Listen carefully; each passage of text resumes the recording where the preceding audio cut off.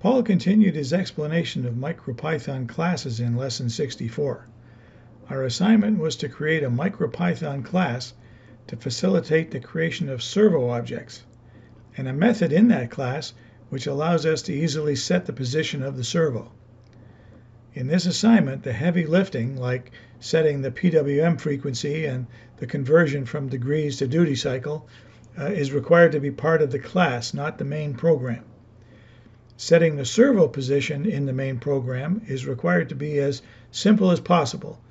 Simple as servo degrees 45 to set the servo to 45 degrees.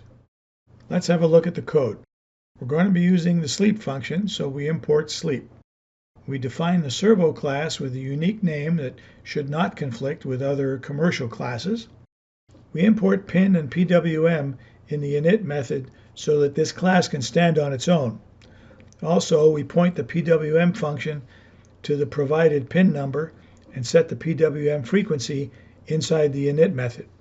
We also declare a degree method and a duty cycle method. The user calls the required method and passes either the servo position in degrees or the duty cycle as appropriate.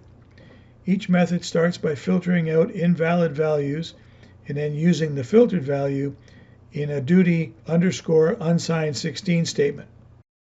Because we're using the servo class, the main program is quite simple.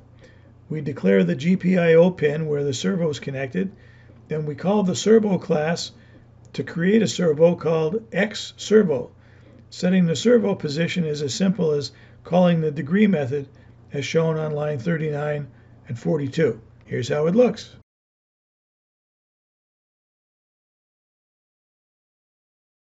Well, that's it for this assignment. Any and all comments are welcome. Don't forget to like or dislike the video before you go.